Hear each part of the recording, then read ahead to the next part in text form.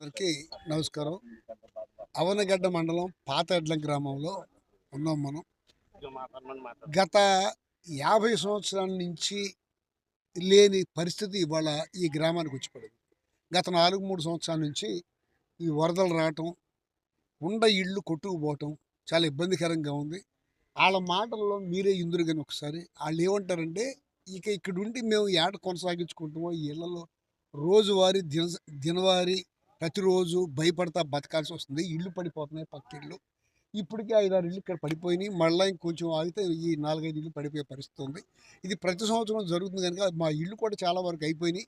మాకిక్కడి నుంచి మోక్షం కలగజేసి అవనగడ్డలోనూ ఇళ్ల స్థలం ఇచ్చి ఇల్లు కట్టిచ్చిస్తే మేము అక్కడ బతుకుతాం, ప్రశాంతంగా ఉంటాం. లోగడలాగా మా పిల్లల చదువులు గానీ, ఈటికి గానీ బాగా ఇబ్బందికరంగా ఉంది. ఎంతమంది ఎన్ని ప్రభుత్వాలు మారినా ఏమైనా ఈ పని మాత్రం జరగట్లేదు. ఇబ్బందిగా ఉంది. మమ్మల్ని ఏదో ఒక రకంగా గట్టెక్కించండి అని చెప్పి వాళ్ళు అడుగుతున్నారు. ఆళ్ళ మాటల్లోనే మీరు విని తెలుసుకోండి. ఖచ్చితంగా పాలకులు చేయాల్సిన పని ఏంటంటే, ఖచ్చితంగా వాళ్ళకి ఎవరికైతే ఇళ్ళు పోయినాయో వాళ్ళని వెంటనే తక్షణం ఎక్కడన్నా చూపించి, తర్వాత మిగిలిన వాళ్ళకి కూడా అందరికీ ఈ గ్రామంలో ఎక్కువ ఇళ్ళు కూడా ఉండవు.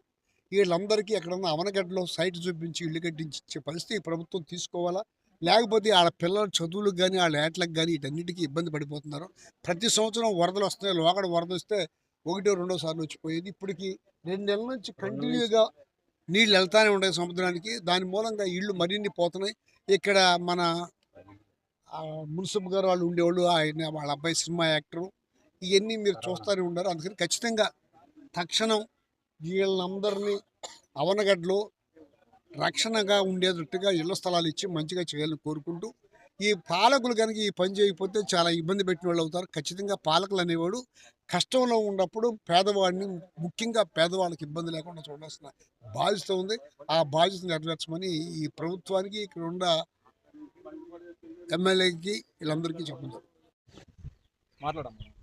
మా ఇళ్ళు వరదలో పోయినాయండి. మాకు రెగ్యులమెంట్ వద్దు. మాకు ఇళ్ళ స్థలాలు అవనగడ్డలో ఇస్తే మా 4 ఇళ్ళు పోయినాయండి. వరుసనే మా 10 ఇళ్ళు ఉన్నాయండి బారునే. మొత్తం రేవులో పడినాయండి. మాకు ఏదో ఒకటి చేయండి. మాకు భయంకరంగా ఉంది ఇక్కడ. ఏదో ఒకటి ఇల్లు కట్టి పెట్టండి.